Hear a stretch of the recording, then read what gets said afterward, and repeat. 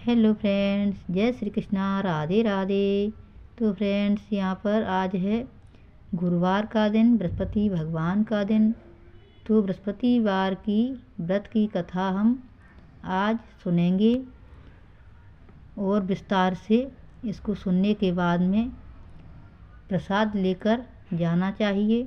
तो इसको प्रारंभ करते हैं। प्राचीन काल में भारत में एक राजा राज करता था। वह बड़ा ही प्रतापी और दानी था।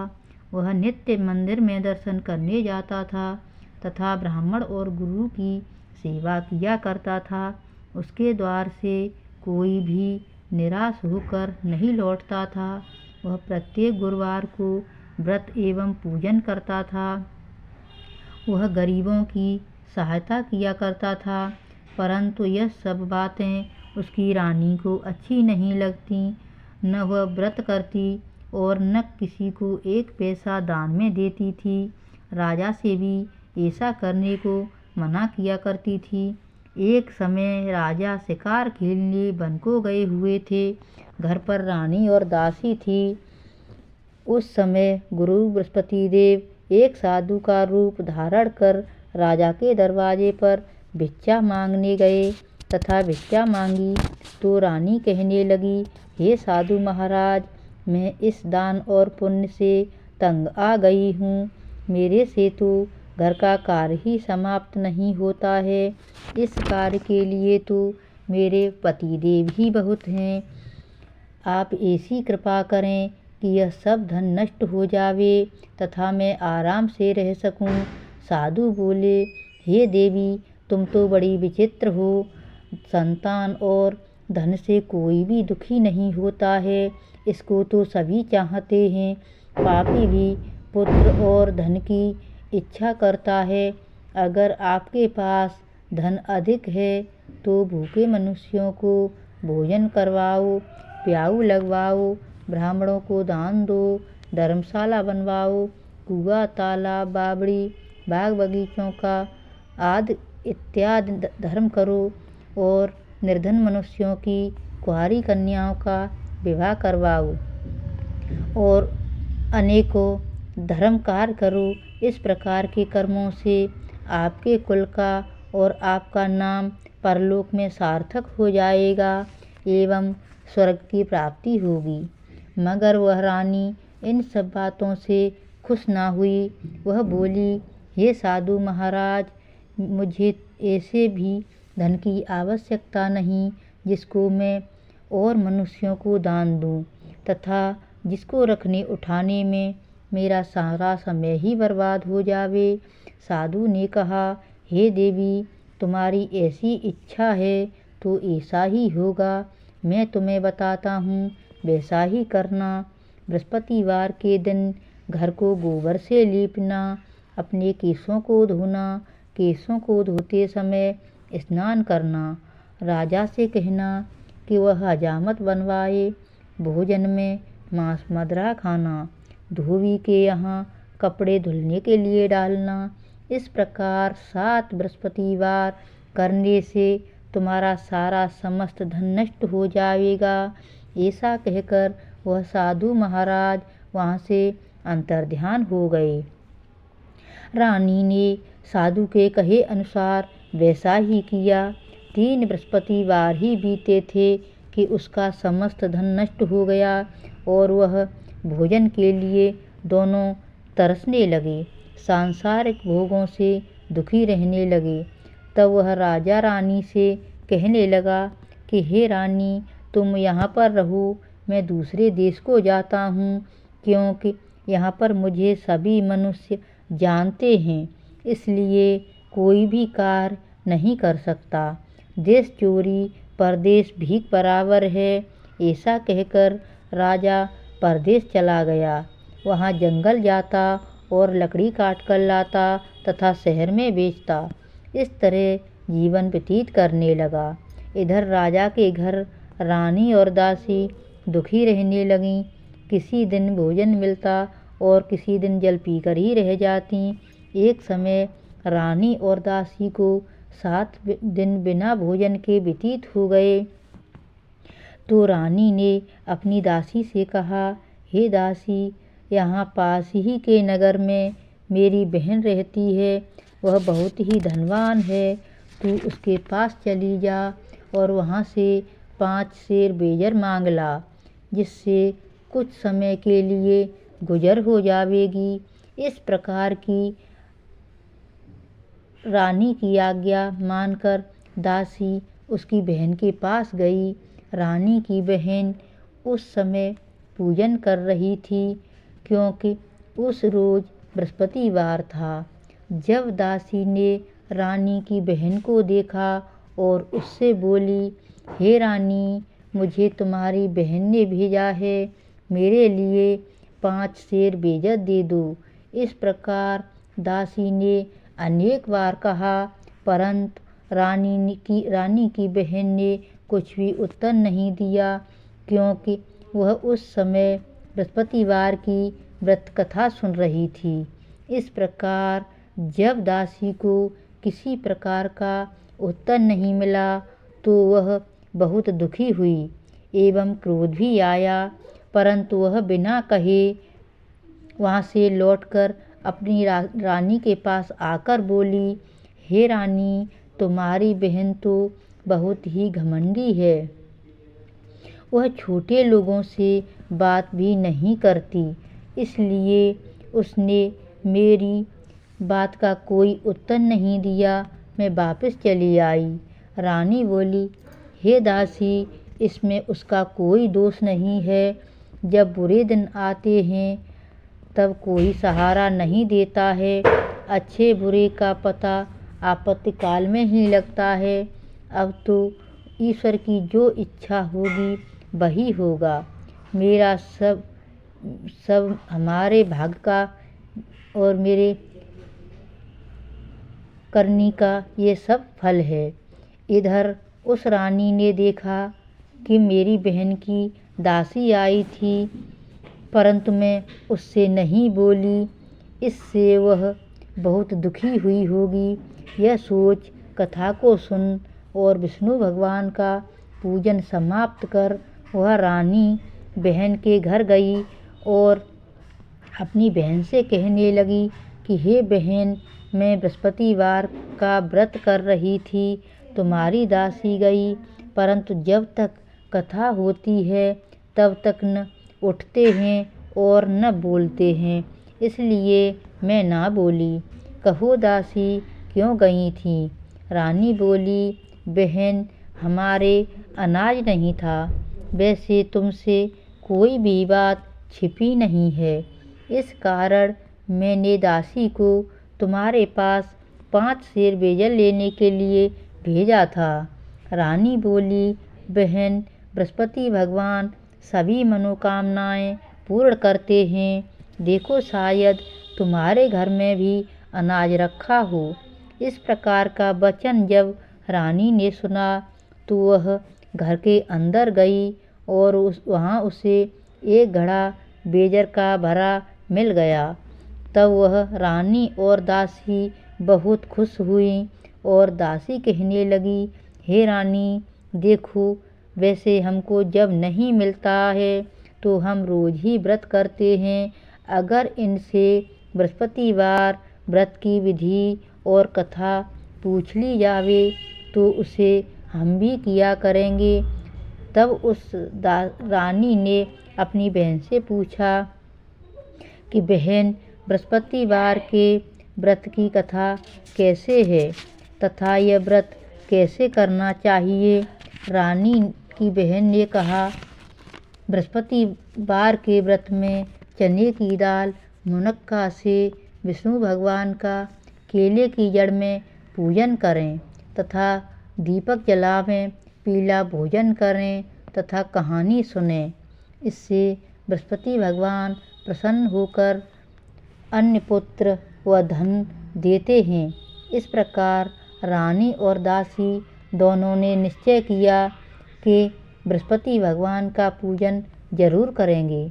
7 दिन बाद जब बृहस्पतिवार आया तो उन्होंने व्रत रखा। घुड़साल में जाकर चना गुड़ बीन लाई तथा उसकी दाल से केले की जड़ का तथा विष्णु भगवान का पूजन किया। अब भोजन पीला कहाँ से आए, बेचारी बहुत दुखी हुई, परंतु उन्होंने व्रत रखा था, इस कारण गुरु भगवान प्रसन्न थे। 2 थालों में सुंदर पीला भोजन लेकर आए और दासी को देकर बोले, हे दासी, तुम्हारे और रानी के लिए भोजन है, तुम दोनों कर लेना। दासी भोजन पाकर बड़ी प्रसन्न हुई और रानी से बोली, चलो रानी जी, भोजन कर लो। रानी को इस विषय में कुछ भी पता नहीं था, इसलिए वह दासी से बोली, तू ही भोजन कर, क्योंकि तू हमारी व्यर्थ में ही हंसी उड़ाती है। दासी ने कहा, एक महात्मा हम दोनों को 2 थालों में भोजन दे गया है, इसलिए हम और तुम दोनों ही साथ साथ भोजन करेंगी। इस प्रकार रानी और दासी दोनों ने गुरु भगवान को नमस्कार किया और भोजन प्रारंभ किया तथा अब वह प्रत्येक बृहस्पतिवार को गुरु भगवान का व्रत और विष्णु भगवान का पूजन करने लगी। बृहस्पति भगवान की कृपा से फिर रानी और दासी के पास धन हो गया। रानी फिर उसी प्रकार आलस्य करने लगी। तब दासी बोली, रानी, तुम पहले इसी प्रकार आलस्य किया करती थी, तुम्हें धन रखने उठाने में कष्ट होता था, इस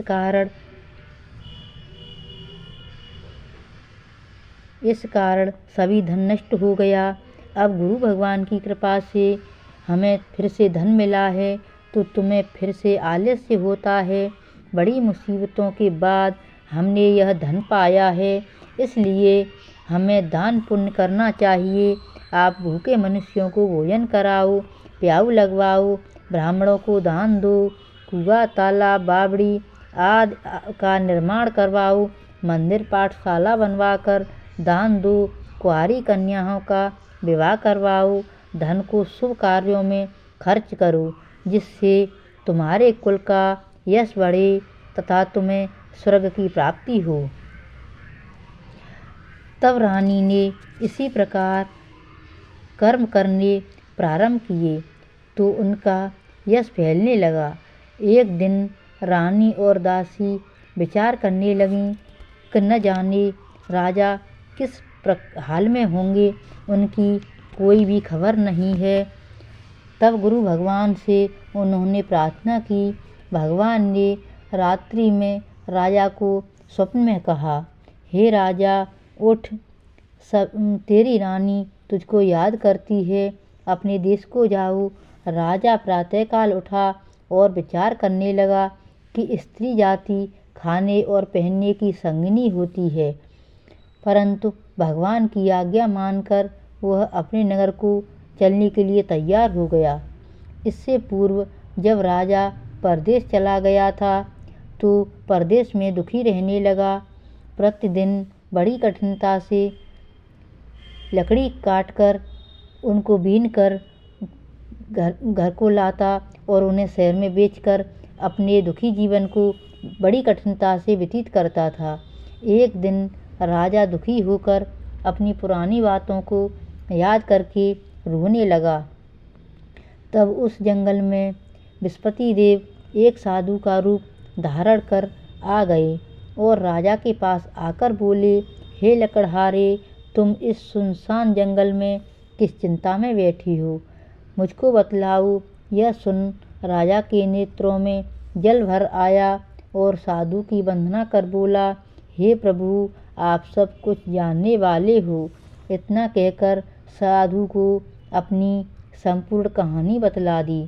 साधु रूपी भगवान बोले, हे राजा, तुम्हारी स्त्री ने बृहस्पति देव का अपमान किया था, इस कारण तुम्हारी यह दशा हुई। अब तुम किसी प्रकार की चिंता मत करना, भगवान तुम्हें पहले से अधिक धनवान करेगा।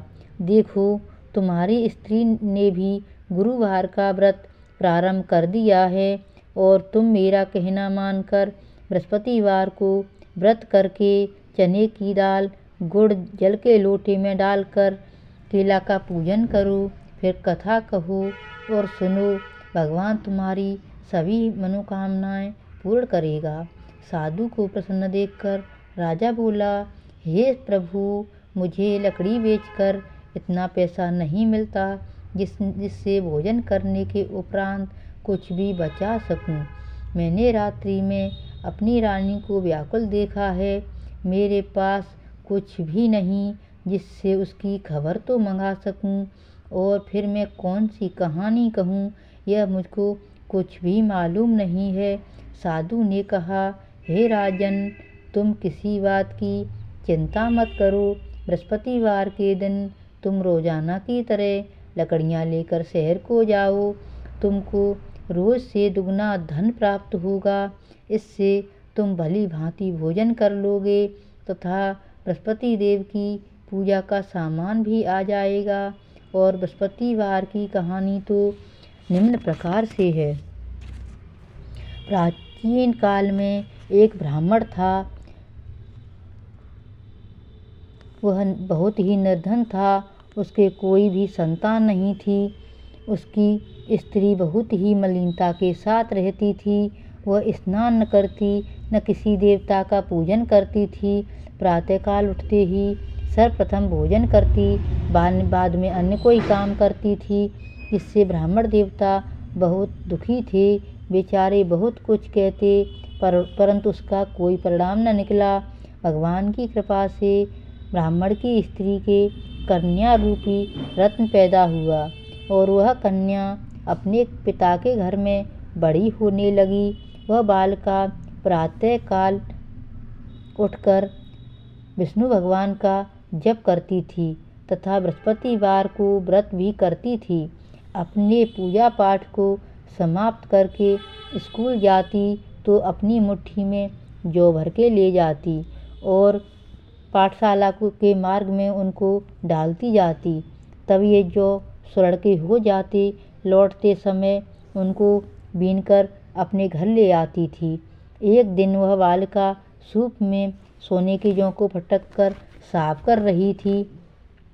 उसके पिता ने उसे देख लिया और कहा कि हे बेटी, सोने के जौ को फटकने के लिए सोने का सूप होना चाहिए। दूसरे दिन गुरुवार था। इस कन्या ने व्रत रखा और बृहस्पति देव से प्रार्थना करके कहा, हे प्रभु, मैंने आपकी पूजा सच्चे मन से की हो तो मेरे लिए सोने का सूप दे दो। बृहस्पति देव ने उसकी प्रार्थना स्वीकार कर ली। रोजाना की तरह वह कन्या जौ फैलाती हुई जा रही थी। जब लौटकर जौ बीन रही थी तब बृहस्पति देव की कृपा से सोने का सूप मिला। उसे वह घर ले आई और उसमें जौ साफ कर रही थी, परंतु उसकी माँ का वही ढंग रहा। एक दिन की बात है कि वह कन्या सोने के सूप में जौ साफ कर रही थी। उस समय उस शहर का राजा का पुत्र वहाँ होकर निकला। इस कन्या के रूप और कार्य को देखकर मोहित हो गया तथा अपने घर आकर भोजन तथा जल त्याग कर उदास हो लेट गया। राजा को जब इस बात का पता लगा तो अपने मंत्रियों के साथ उसके पास गए और बोले, हे बेटा, तुम्हें किस बात का कष्ट है? किसी ने अपमान किया है अथवा और कोई कारण हो सो कहो, मैं वही कार्य करूँगा जिससे तुम्हें प्रसन्नता हो। राजकुमार ने अपने पिता की बातें सुनी तो वह बोला, मुझे आपकी कृपा से किसी भी बात का दुख नहीं है। किसी ने मेरा अपमान नहीं किया है, परंतु मैं उस लड़की के साथ विवाह करना चाहता हूँ जो सोने के सूप में जौ साफ कर रही थी। यह सुन राजा आश्चर्य में पड़ गया और बोला, हे बेटा, स्त्री की कन्या का पता तुम ही लगवाओ, मैं उसके साथ तेरा विवाह अवश्य ही करवा दूंगा। राजकुमार ने उस लड़की के घर का पता बतलाया। तब मंत्री उस लड़की के घर गए और ब्राह्मण देवता को सभी हाल कहा। ब्राह्मण देवता राजकुमार के साथ अपनी कन्या का विवाह करने के लिए तैयार हो गया तथा विधि विधान के अनुसार ब्राह्मण की कन्या का विवाह राजकुमार के साथ हो गया। कन्या के घर से जाते ही पहले की भांति उस ब्राह्मण देवता के घर में गरीबी का निवास हो गया। अब भोजन के लिए अन्न बड़ी मुश्किल से मिलता था। एक दिन दुखी होकर ब्राह्मण देवता अपनी पुत्री के पास गए। बेटी ने पिता को दुखी अवस्था में देखा और अपनी माँ का हाल पूछा।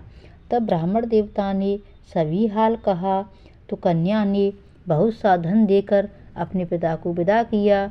इस तरह ब्राह्मण का कुछ समय सुखपूर्वक व्यतीत हुआ। कुछ दिन बाद फिर वही हाल हो गया। ब्राह्मण फिर अपनी कन्या के यहाँ गया और सभी हाल कहा तो लड़की बोली, हे पिताजी, आप माताजी को यहाँ लिवा लाओ, मैं उन्हें विधि बतला दूंगी जिससे गरीबी दूर हो जाएगी। ब्राह्मण देवता अपनी स्त्री को साथ लेकर पहुँचे तो पुत्री अपनी माँ को समझाने लगी, हे माँ, तुम प्रातःकाल उठकर सर्वप्रथम स्नान करके विष्णु भगवान का पूजन करो तो सब दरिद्रता दूर हो जाएगी। परंतु उसकी माँ ने एक भी बात नहीं मानी और प्रातःकाल उठकर अपनी पुत्री के बच्चों की झूठन को खा लिया। यह देखकर उसकी पुत्री को भी गुस्सा आ गया और रात को कोठरी से सभी सामान बाहर निकाल दिया और माँ को उसमें बंद कर दिया। प्रातःकाल उसमें से निकाला, स्नान करवा के पाठ करवाया तो उसकी माँ की बुद्धि ठीक हो गई। फिर वह प्रत्येक बृहस्पतिवार को व्रत करने लगी। इस व्रत के प्रभाव से उसकी माँ भी बहुत ही धनवान और पुत्रवती हो गई और वह बृहस्पति जी के प्रभाव से स्वर्ग को प्राप्त हुई तथा वह ब्राह्मण भी सुखपूर्वक इस लोक के सुख भोग कर स्वर्ग को प्राप्त हुए। इस तरह कहानी कहकर वह साधु देवता वहाँ से लोप हो गए। धीरे धीरे समय व्यतीत होने पर फिर वही बृहस्पतिवार का दिन आया। राजा जंगल से लकड़ी काटकर किसी शहर में बेचने गया। उसे उस दिन हर दिन से अधिक पैसा मिला। राजा ने चना गुड़ आदि लाकर बृहस्पतिवार का व्रत किया। उस दिन से उसके सभी दुख दूर हो गए। परंतु जब दोबारा बृहस्पतिवार आया तो व्रत करना भूल गया। इस कारण बृहस्पति भगवान नाराज हो गए। उस दिन उस नगर के राजा ने विशाल यज्ञ का आयोजन किया तथा शहर में यह घोषणा करवा दी कि कोई भी मनुष्य अपने घर भोजन बनावे न आग जलावे। समस्त जनता मेरे यहाँ भोजन करने आए। इस आज्ञा को जो न मानेगा उसके लिए फांसी की सज़ा दी जाएगी। इस तरह की घोषणा संपूर्ण नगर में करवा दी गई। राजा की आज्ञा अनुसार शहर के सभी लोग भोजन करने गए, परंतु लकड़हारा कुछ देर से पहुंचा, इसलिए राजा उसको अपने साथ लिवा ले गए। जब वह उसे भोजन करा रहे थे तो रानी की दृष्टि खुटी पर पड़ी जिस पर उसका हार लटका हुआ था। वो वहाँ पर दिखाई नहीं दिया। रानी ने निश्चय किया कि मेरा हार इसी मनुष्य ने चुरा लिया है। उसी समय सैनिकों को बुलवाकर उसको जेलखाने में डलवा दिया। जब राजा जेलखाने में पड़ गया और बहुत दुखी होकर विचार करने लगा, न जाने कौन से पूर्व जन्म के कर्म से मेरे लिए दुख प्राप्त हुआ है। वह उसी साधु की याद करके रोने लगा जो कि जंगल में मिला था। उसी